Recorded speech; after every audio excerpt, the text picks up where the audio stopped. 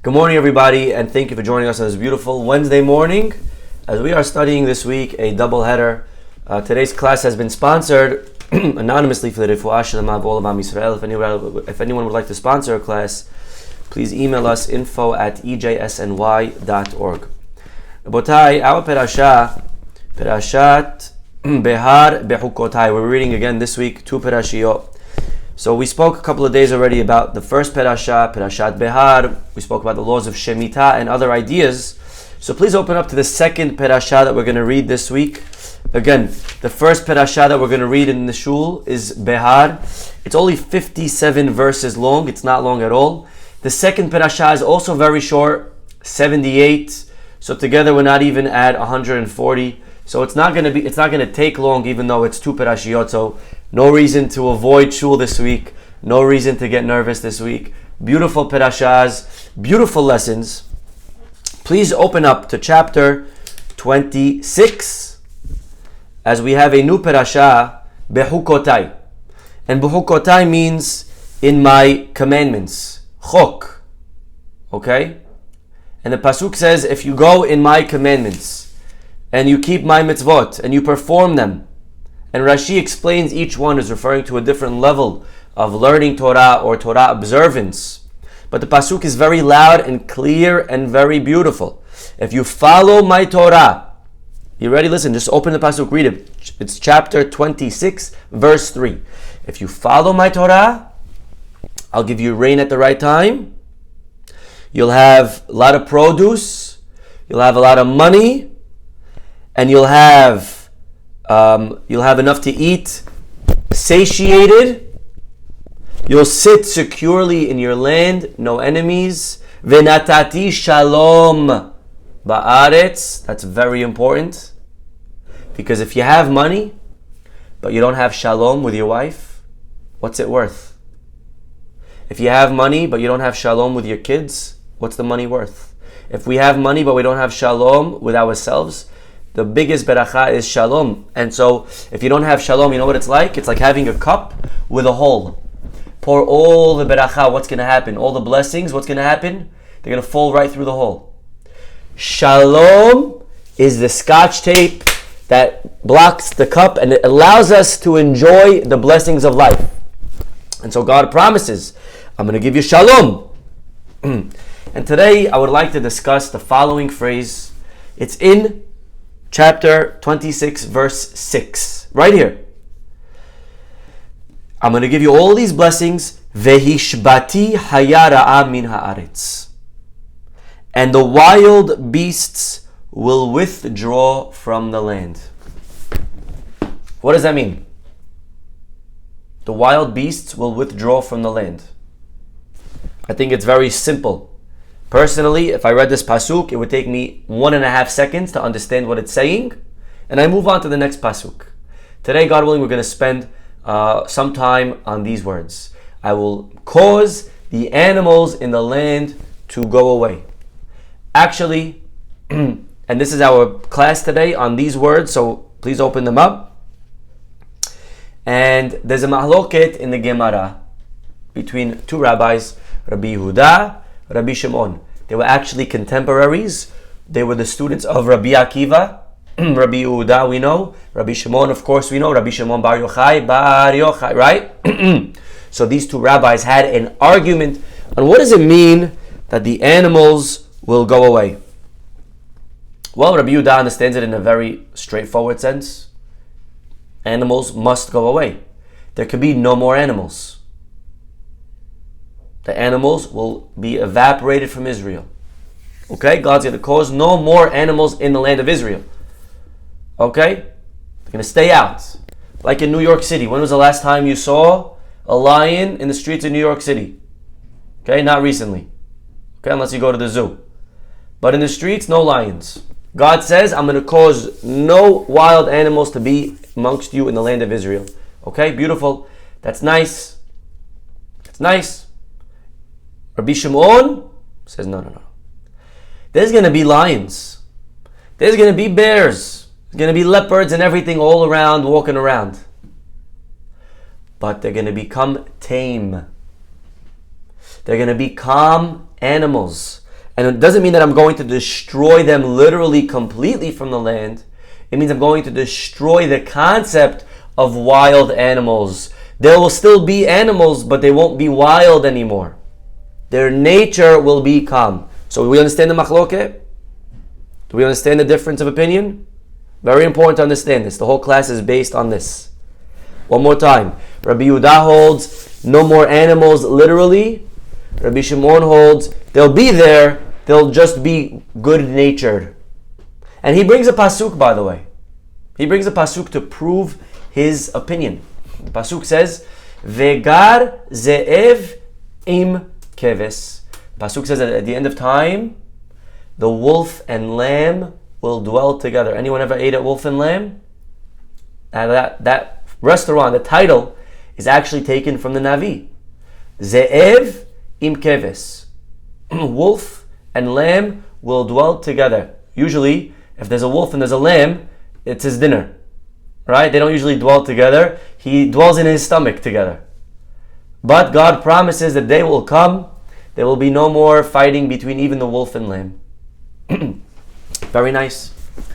And the question is, what does the first opinion do with that pasuk? The pasuk seems to be saying very clearly that Vegar ze'evim keves, that animals, the wolf will become kind. It's going to change his nature. Actually, this is discussed in Masechet Berachot. And it's a question that we always love asking. People love this question. You ready? Rabbi, what's going to happen when Mashiach comes? We love talking about Mashiach. Right? So I don't know what's going to be. Right? Is it going to be? Just how's it going to be? What's going to be? What's going to happen? How's it going to come? Right? We love Mashiach questions. Okay. I have a theory on why, but not for now. There's a mahloket Rav and Shmuel. Rav says when Mashiach comes, boom, magic. Everything is going to be eternal bliss and beautiful and hadid and jannah and great. Shmuel says the famous words, En ben. There's no difference between when Mashiach comes and now, except for one thing, and that is that the nations of the world will stop bothering us. Actually, the world's going to continue running normally. It's not going to be miracles. You're not going to have no more Yetzer Hara. No, it's going to be the same way we are now. You're going to have an evil temptation. You're going to have people fighting. You're going to have wild animals. You're going to have death. You're going to have everything when Mashiach comes. So, Rabbi, so what am I praying for? Why are we singing Mashiach, Mashiach? Oh, yo, right? Why do we want Mashiach so badly if it's going to still be the same as it was? Answer. Because we're going to have the Goyim stop bothering us. No more oppression. Isn't that nice? No one's going to have to kill us. We could sit and be Jewish and be proud, and no one could bother us. No one's going to annoy us. And here's the machloket. This is a famous machloket. What's going to happen when Mashiach comes? Rav says all the beautiful flowery miracles. Shmuel, more practical, rational. No, regular world, the Goyim will leave us alone. Well, believe it or not, Rambam picks a side. Take a guess which side the Rambam Maimonides goes with. Maimonides, chapter 12 of the Laws of Melachim, last chapter of the last book. Al ya'ale al halev. Don't let it enter your thoughts. It should not occur to you. Shebeyamot HaMashiach yibatel davar minhago shel olam. That at the Messiah, anything will be abolished from the ways of the world. Don't let it enter your mind like that. That things will be cancelled, or there will be something novel in creation. There will be new miracles. None of that. Everything's going to be normal. Ela olam keminhago noheg. The famous words of the Rambam.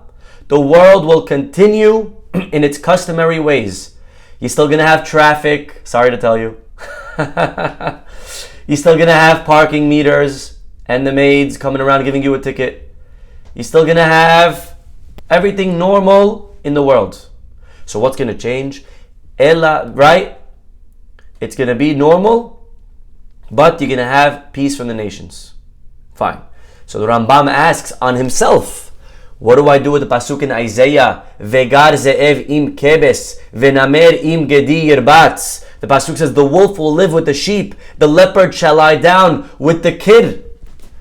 The pasuk says in Isaiah that when at the end of times there's going to be amazing peace between animals. It sounds like there's going to be a miracle in change in nature.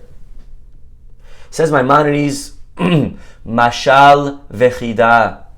It's a parable, it's a riddle.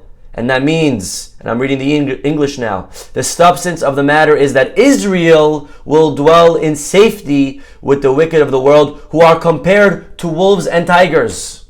When it says the wolf will live with the lamb, who's the lamb? We are the lamb. The Jewish people are the sheep. Who's the wolf? The nations of the world. Okay? If you go to these games, there was a game yesterday, Yankees versus Astros. The first time that the Astros played back in the Yankee Stadium after they cheated, there's a lot of history over here. I'm telling you, if you were at the game, you would think it's like they were going to fight Amalek. The amount of profanity, the amount of cursing, the hate that existed.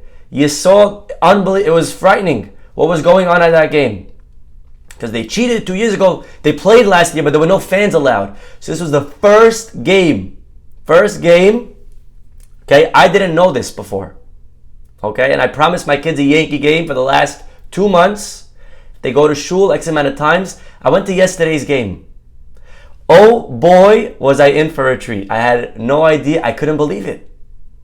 The whole time I'm closing my kids' ears every single play. It's ridiculous. I was like literally about to walk out. It was unbelievable.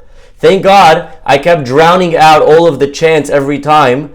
I just made it like, the kosher version. Like boo you Astros, But this is, sometimes, this is the wolf. And I realized this is how much we have to hate Amalek, by the way. I'm not recommending that in shul we chant that. But this is the wolf in the nations. And the pasuk promises one day there's going to be wolf and sheep dwelling together. There's going to be a certain peace that we're going to have with the world. But this is not talking about animals changing their nature. Okay, are we clear? Is this good so far? Make sense? Nice? Okay, so again, depends who you ask. Rabbi Yehuda says nothing's going to change. Everything's going to stay the same. That's Shmuel's opinion also, and that's Rambam's opinion also. There's just going to be peace with us in the world. Okay? What about the pasuk, wolf and lamb? That's a riddle. It's referring to the nations of the world, that there's going to be peace amongst us. And that's probably what Rabbi Yehuda does with the wolf and lamb also. He's going to use the same thing. Now, comes along the Ra'avad, Rav Avraham ben David. He's a commentary on Maimonides.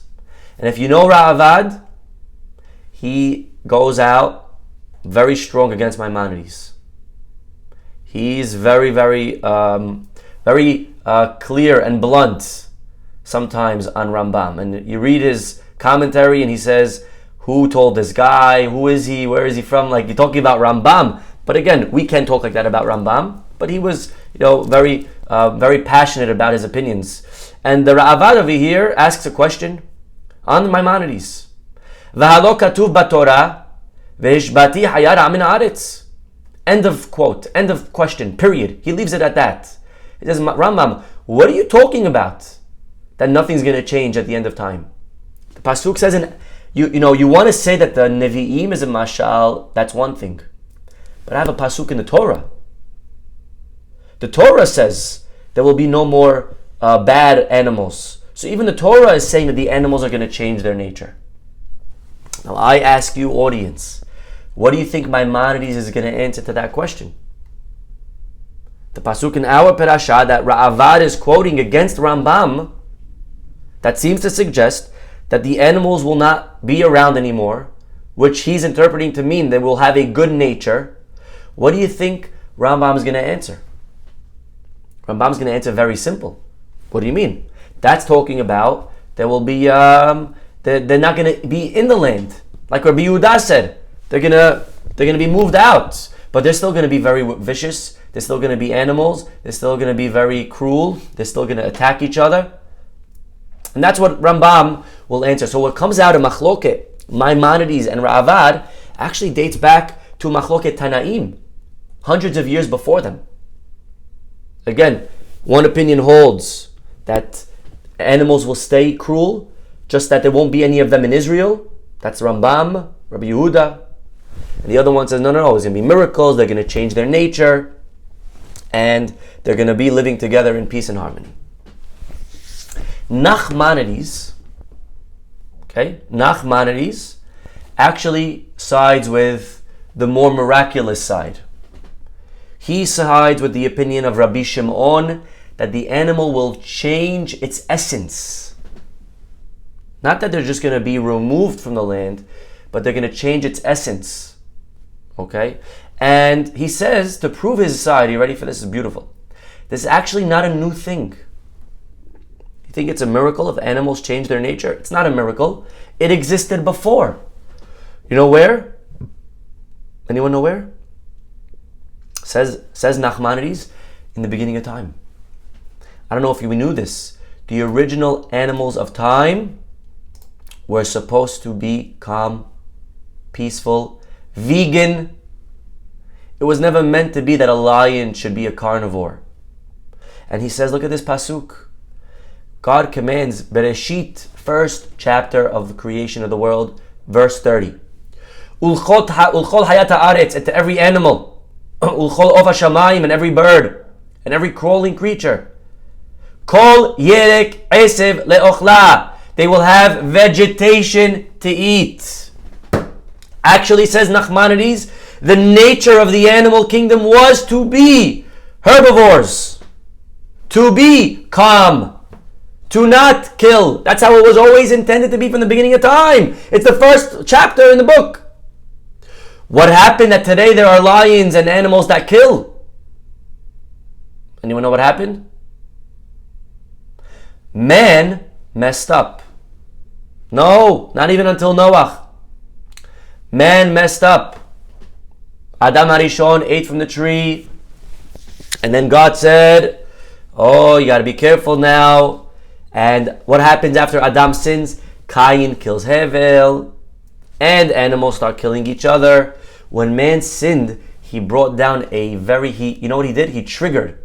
There's something called epigenetics. You familiar with epigenetics? We all have genes that are dormant that we could actually flip on. Not sure, exactly how, but certain things could flip them on. So we have genes that could actually never come out, or they can come out. They're hidden, and depending on a switch, we could bring them out, which is actually something that they're discovering very new in science, but it's something that the Torah always knew, that we have genes within us from our parents and our ancestors, from Avraham Avinu, that we could activate or decide to not activate. But we have it in us. We have it in us to have all these beautiful traits of Avraham Avinu. And the animals were created with certain genes that were kept dormant, but when Adam sinned, he turned on the switch and he brought out the beast within, and now there's fighting and now there's hate. But when we rectify the sin of Adam and Mashiach comes, everything's going to go back to how it originally was. So Nachmanides says, it's not actually such a big deal to say that the animals will become calm in nature. It's not a big deal to say that, because they were originally calm in nature. They were always calm in nature. They actually were supposed to be like that. They messed up because Adam messed up. And when everything goes back to normal, they're going to go back to normal. There's an amazing story that he brings to prove this. Story of a scorpion that was once in the Bet Midrash, killing and bothering a lot of the students. So students came and they asked Rabbi Hanina, the famous miracle worker. They said, Rabbi, there's a scorpion. Could you please help us out? So he says, no problem. So he came to the Bet Midrash. He said, where's the scorpion? They said, in that hole. He takes off his shoe. He puts his foot right clogging the hole. Scorpion sees the foot, sees blood. Boom. He bites Rabbi Hanina's foot. And what happens? The scorpion dies. Okay? Moral of the story, don't try this at home.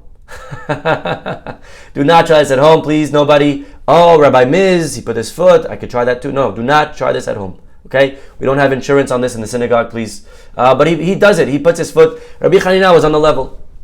And the Gemara says, woe to a person who's bit by a scorpion. And woe to a scorpion who bites Rabbi Chanina ben Dosa. Okay? Beautiful, beautiful, nice. Okay? Good? Very good. Fine. And Rabbi Chanina took the scorpion.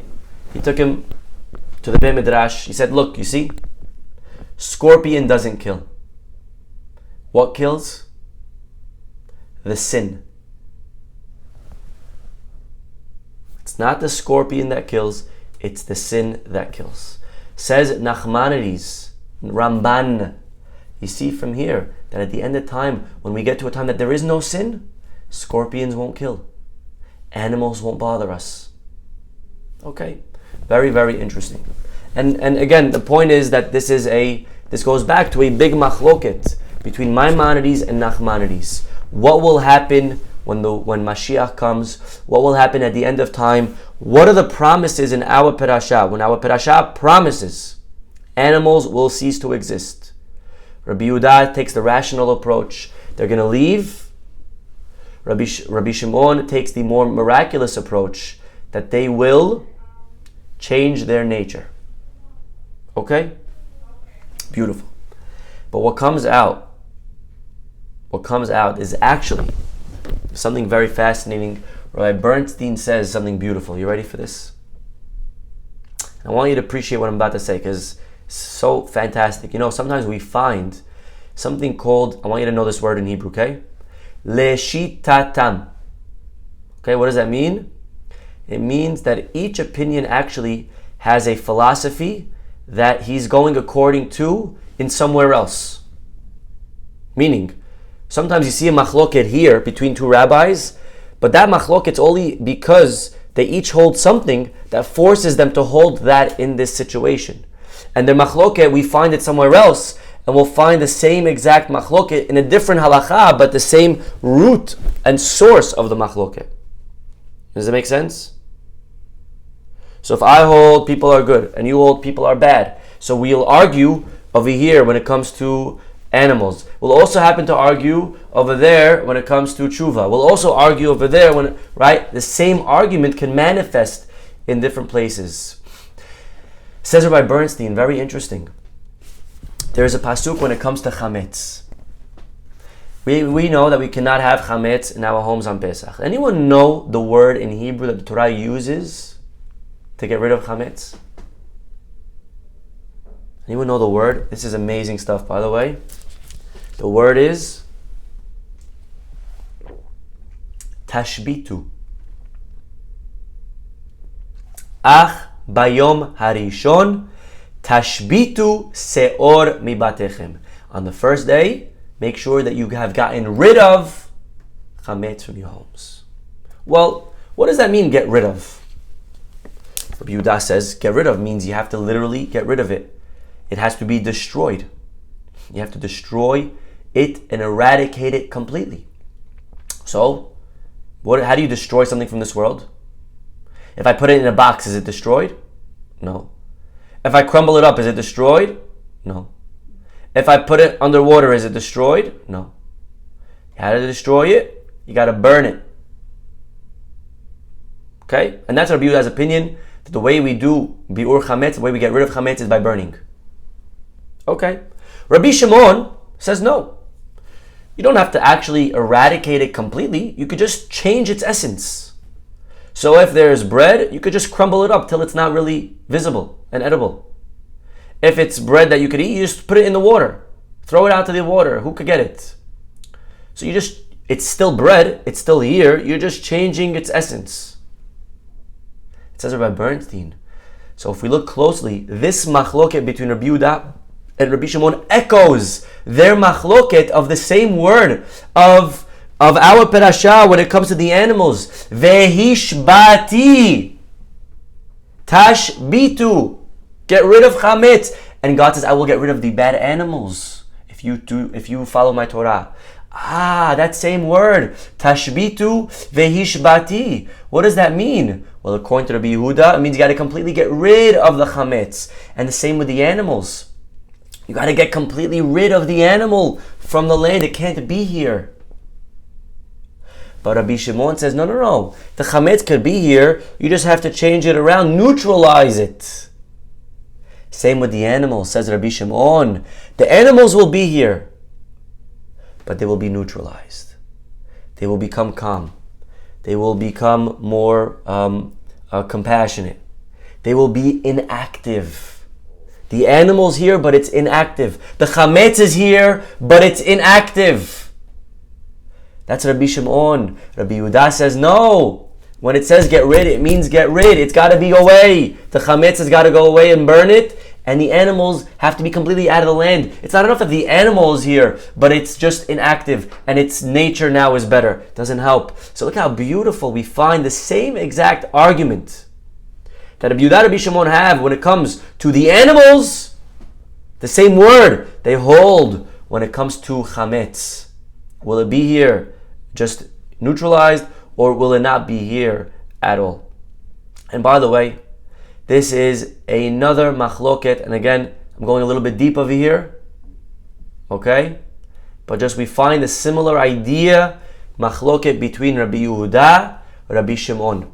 Let's say a person, we know that on Shabbat, everyone please follow, okay? I need full focus over here. If you're doing something else, you're not going to really get this one, but it's okay because it's beautiful. Let's say on Shabbat, you do a melacha. We know there are 39 things you're not allowed to do, right? Beautiful. Asur, not allowed. Okay. But what if you do the melacha, but you didn't do it for the purpose that's usually intended with that melacha? I'll give you an example.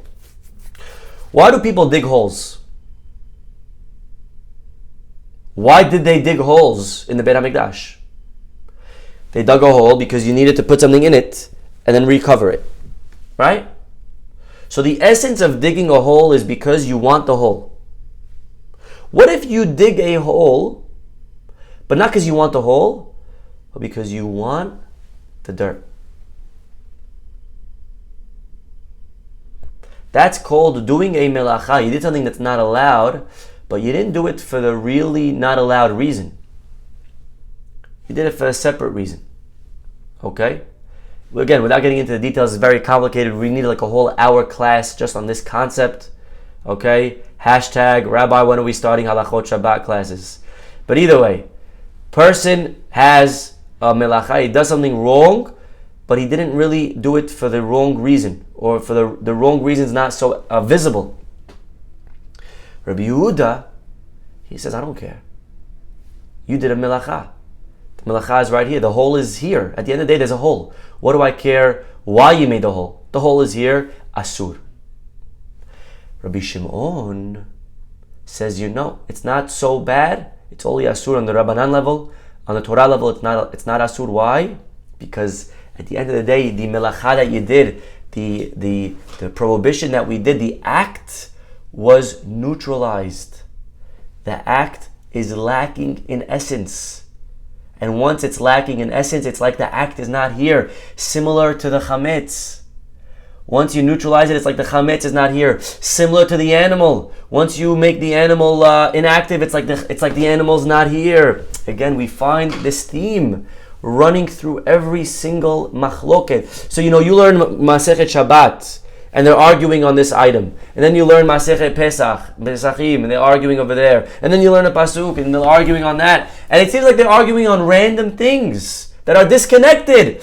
And when we study on a deeper level, we find that actually everything they hold goes back to the same one point that they argue on. And that causes dozens of other blocks to fall.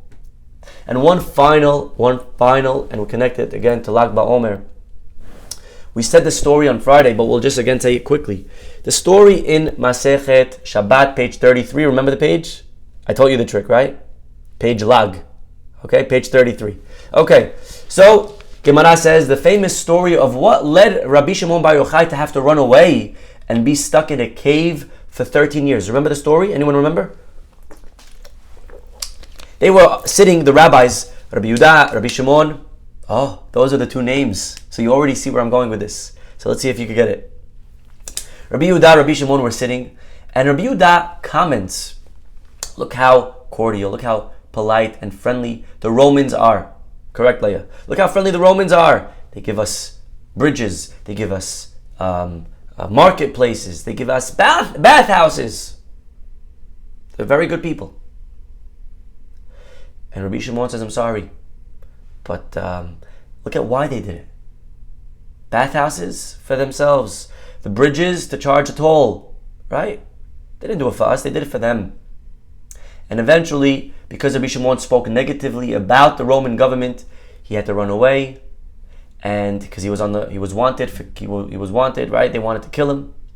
And again, I think you see it already.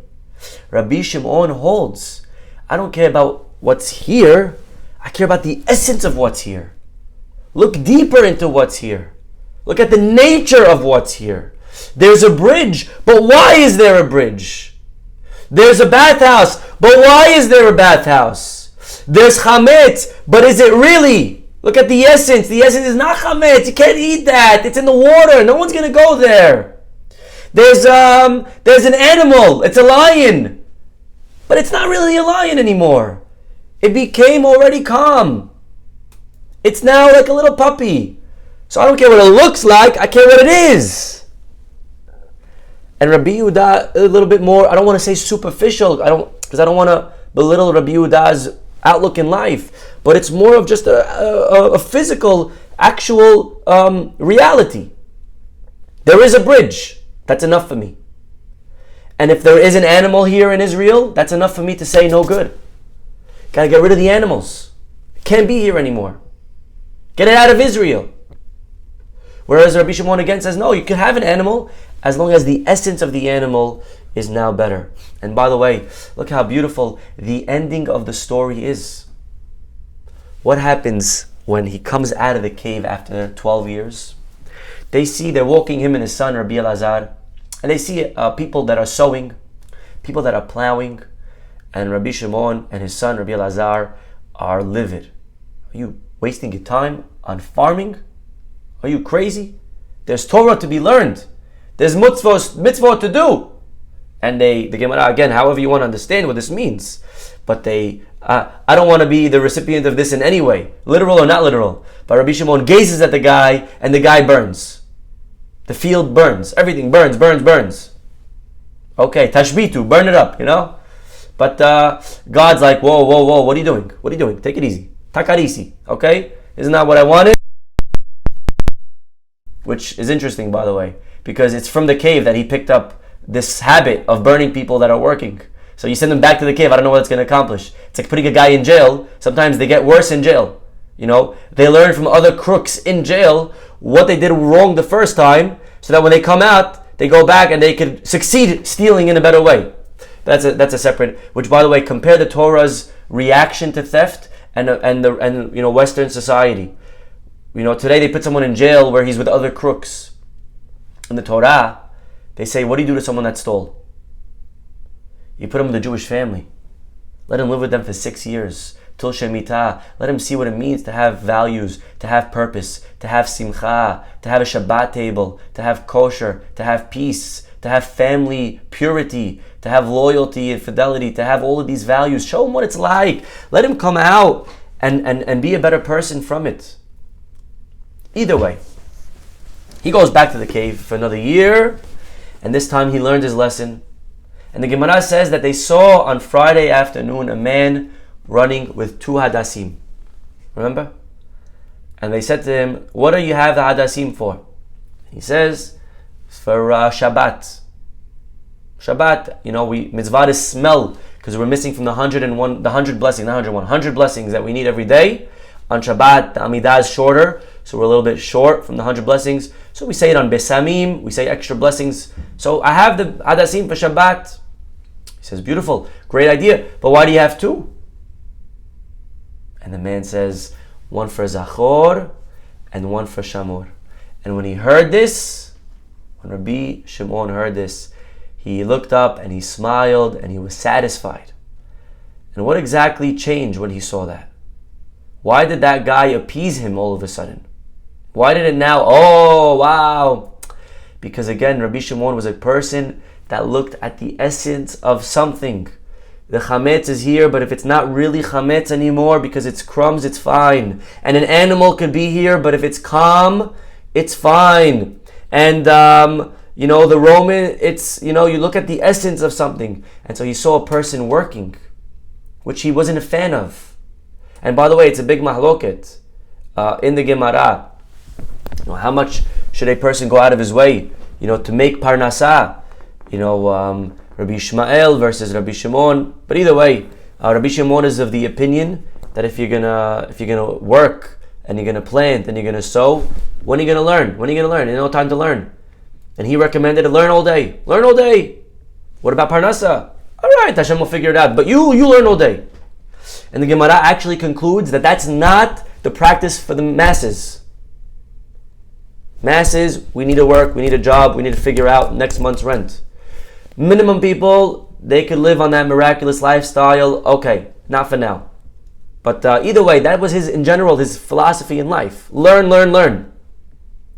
But we see when he comes out of the cave and he sees this man working, but he sees that if you're working, but it's for a higher purpose, if the reason you get Hadassim is for Shabbat, for Zachor and Shamor, so that I can learn Torah, so that I can give my children a Jewish education, so I elevate the working through Shabbat. Look at the Pnimiyut, look at the Tochen, look at the quality, look at the essence of the person, of the action, of the idea, of what was done. Sometimes it'll actually lead to something positive. If you look at the essence, for example, the animal could stay because its essence now changed. A person working, they're working for mitzvot, to do good things with the money. That becomes a beautiful thing according to Rabbi Shimon. And by the way, the same thing when it comes to the Romans. They did a nice thing, but the essence, the thought behind it was disgusting. So it becomes a bad thing when I look at the source of something. Rabbi Yehuda again just looks at at the deed. So chametz, it's got to be completely gone. When it comes to the animals in the land, they have to be completely gone. And the deed with the Romans, the deed is there. That's a good deed. And again, when it comes to melachot and Shabbat, so again, these themes running through for us, I believe there are many takeaways. To begin with Rabbi Shimon and asking ourselves, not only what are we doing every day, but are we making sure that Rabbi Shimon would be proud of our lifestyle, to make sure that we infuse the intrinsic element and quality into everything that we do. We'll stop over here. Have a wonderful, wonderful day.